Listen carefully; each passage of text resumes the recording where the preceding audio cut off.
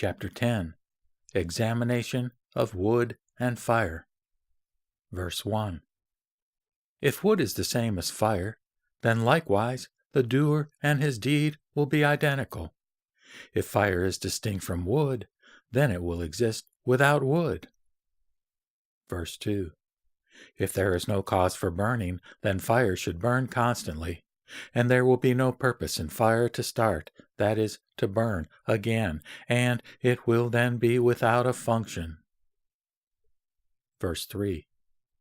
Being unrelated to another, that is fire, will become something without a cause for burning.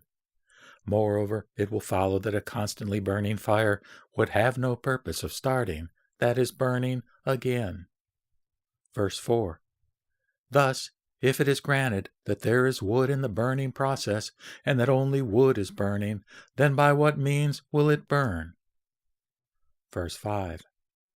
A different thing, that is, fire distinguished from wood, is never affected, and a non-affected thing will never burn. And, in turn, a non-burning thing will never extinguish itself, while a non-extinguishing thing, having its own characteristics, will continue to endure itself.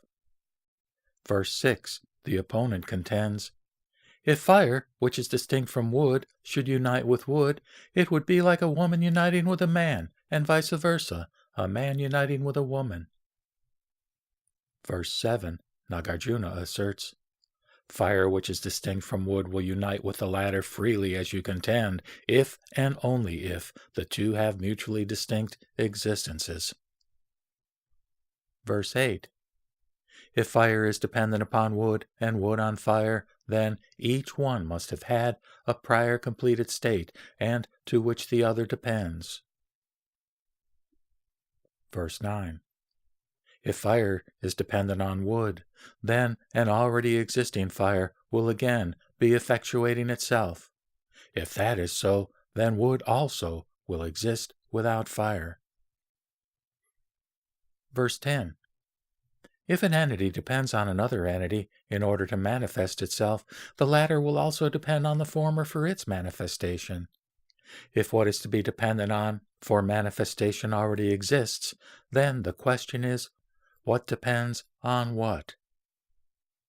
Verse 11. An entity depends on another for realization, that is manifestation, but in an unrealized, that is unmanifested state, what is the manner of dependence?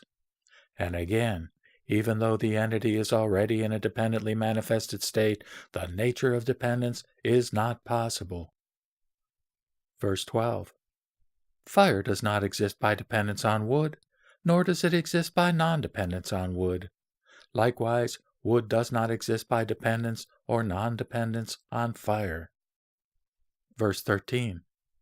Fire does not come from something else, nor does it exist in the wood.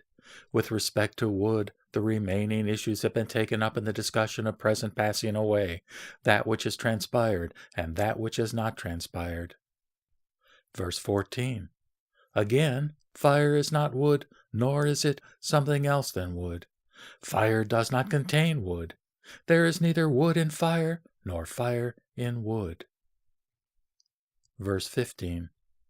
By means of the analysis of fire and wood, the total relationship between Atman and Updana, and along with the notions of earth and jar, cloth, etc., have all been explained without fail. Verse 16. Insofar as I am concerned, those who speak of the reality of entities and who assign them distinct existences cannot be considered truly knowledgeable of the Buddha's teachings.